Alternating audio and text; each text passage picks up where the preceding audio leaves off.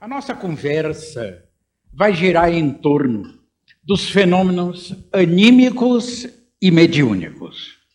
Mas para isso, nós precisamos ter uma topografia da nossa organização psíquica.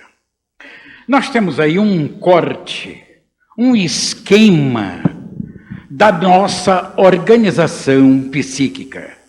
Ela é de uma complexidade imensa. Nós achamos que isto ainda está para ser organizado e descoberto muito de suas camadas. Mas para nós entendermos a fenomenologia que vai se desenvolver na área material, na área física, vamos dizer assim, no psiquismo de superfície, nós precisamos compreender o que se passa na interioridade espiritual.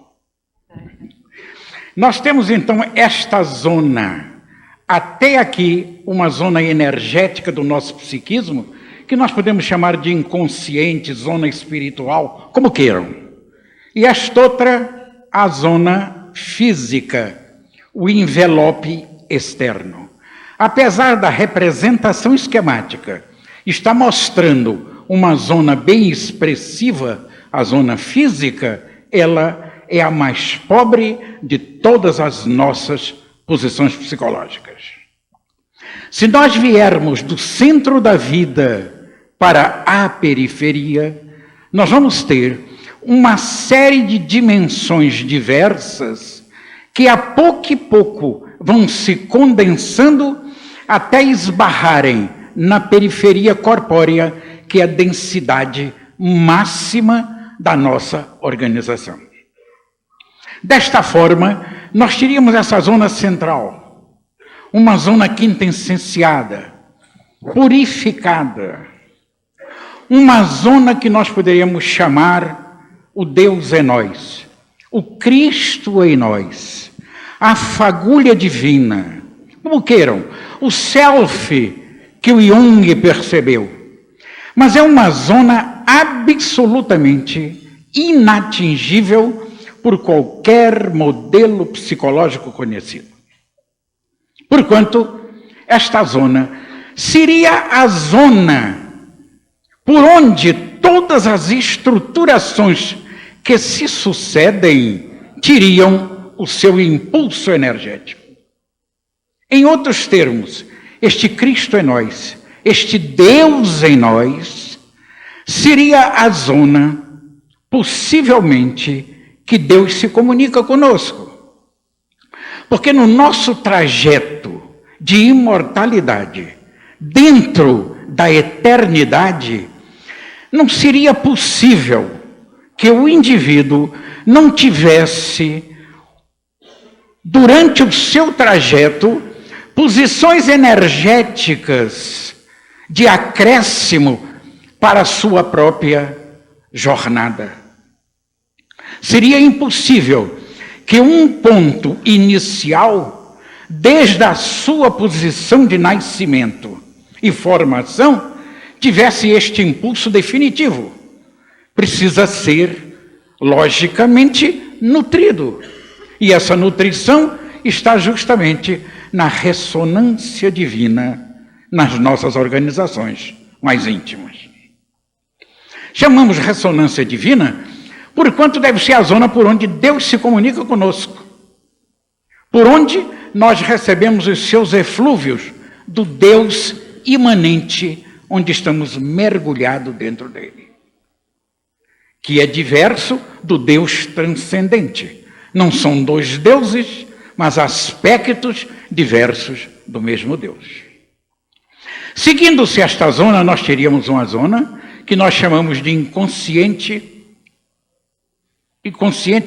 passado ou arcaico, onde todas as nossas aptidões, todas as nossas raízes e formações que o rosário reencarnatório pode permitir por aquisições, estão homologados, adestrados, experienciados, organizados nesta zona.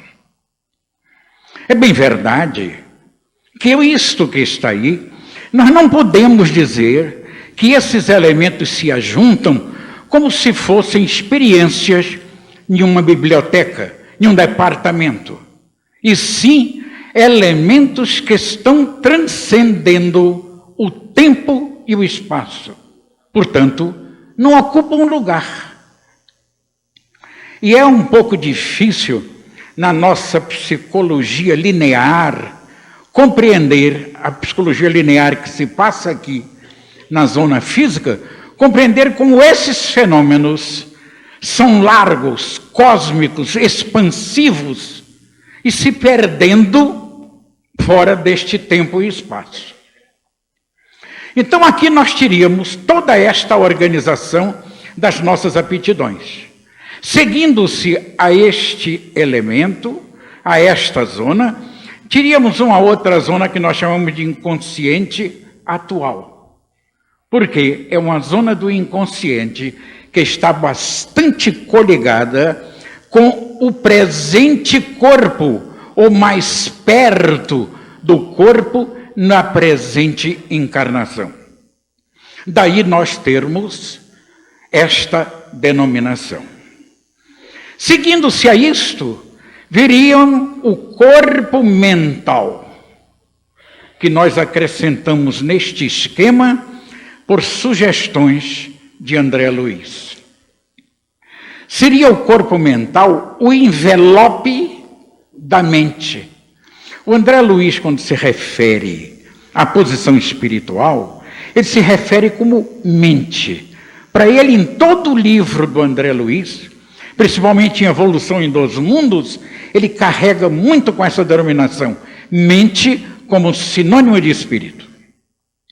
Então, com isto, nós temos um envelope, não é propriamente isolando, mas demarcando zonas mais externas das zonas mais internas. E o próprio André Luiz deu tanta importância a esta zona, que numa mensagem posterior, mais recente, ele nos avisa que esta camada é constituída de várias zonas, ou seja, jogando para o médium, está irradiando com o médium, está buscando o médium. Esses dígitos têm que ser combinados, são vibratórios. E nesta passagem para o corpo físico, tem que haver uma espécie de digitação, de adaptação. E é justamente neste processo que o elemento da mensagem sai na nossa condição psicológica do psiquismo de superfície. Então esse elemento vai se passar dessa forma. O que é que vai acontecer? Aqui nesta zona haverá uma metabolização específica que nós desconhecemos, nessa zona perispiritual. Porque vai acontecer, primeiro, um processo de ideação, que aliás foi o André Luiz que melhor colocou isto no nosso entender, porque ele coloca aqui assim, é a vontade de apelo do espírito que procura o médium e a vontade de resposta de quem vai receber o processo. E é neste casamento de engrenagem, num processo bastante emocional, que vai se processar o processo de ideação, de seleção e autocrítica. O que é isto? Quando um determinado espírito chega a se incorporar, vamos chamar o termo que todo mundo entende, se bem que ele não atende bem o processo, mas que nós entendemos, incorporação, todo mundo sabe o que é. Então o que é que vai acontecer? A condição, não só evolutiva do indivíduo, do médium, mas a condição de moralidade do médium, é que vai dar a condição de seleção desta ideia. Quem trabalha em sessões de desobsessão sabe perfeitamente essas coisas. Tem espíritos que chegam com uma violência tal, chegando a dizer, eu vim aqui para virar a mesa. E depois eles dizem, vocês estão me violentando, eu não posso dizer o que quero. Porque todo baixo calão que eles gostariam de derramar naquele momento, são absolutamente absorvidos e transformados pela moralidade do médium, inconscientemente. Daí a necessidade do médium ser um indivíduo que necessita do estudo, do equilíbrio, da ordem, do bom comportamento. Porque ele precisa de afinidades. E isso só se adquire, é claro, dentro de um padrão de vida adequado. E nós sabemos que o processo mediúnico se passa em todas as fases, até nos terreiros de quimbanda, mas cada um dentro da sua qualidade evolutiva. Desta forma, veio o processo de ideação, seleção e, no final de contas, a expressão que vem para os canais normais do médium. Aqui está um esquema desses elementos. Como é que as coisas se passam? Do perispírito, vamos dar um salto aqui para a zona básica, essa zona do hipotálamo, essa zona nobre, onde tem aqui uma glândulazinha específica, que é uma glândula, a glândula pineal, que ela entra, sem sombra de dúvidas, nos grandes fatores psicológicos da vida, principalmente no processo mediúnico. Então, este processo que está aqui, ele vai ser metabolizado nesta área e vai ser distribuído pela córtex. Do processo emocional, nós chegamos ao processo, vamos dizer, intelectivo do processo mediúnico.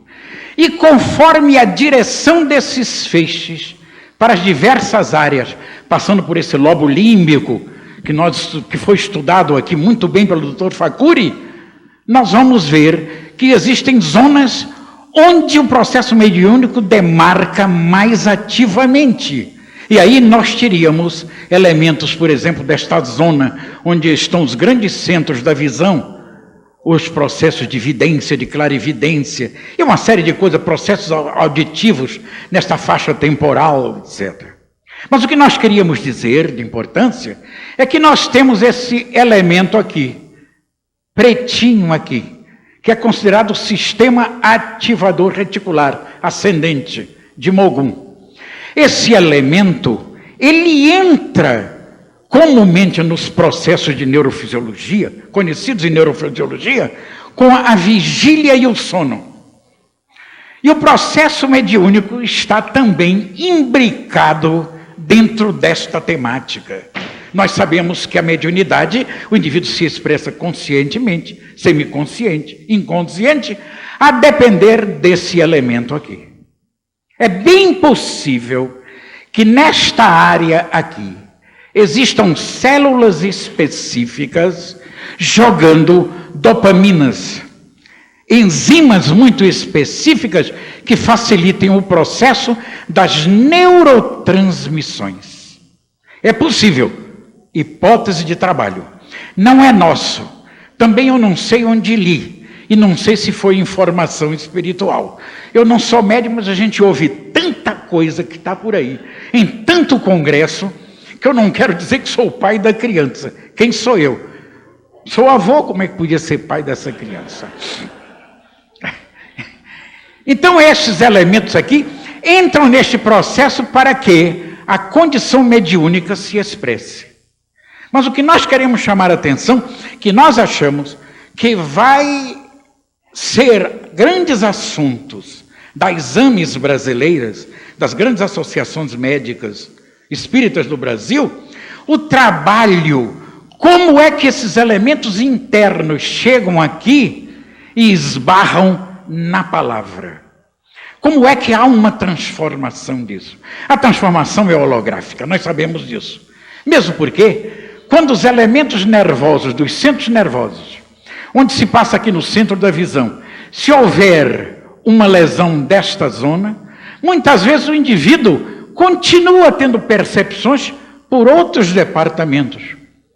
E isso se passa em várias condições. Isto quer dizer que, além dos centros nervosos específicos, o nosso psiquismo trabalha em totalidade. Então, se ele trabalha em totalidade, o processo é holográfico. que nós não podemos fugir desta condição. Aliás, quem está dizendo isso são os físicos quânticos. Quem disse isso em primeiro lugar foi o Devenborn, com os holomovimentos.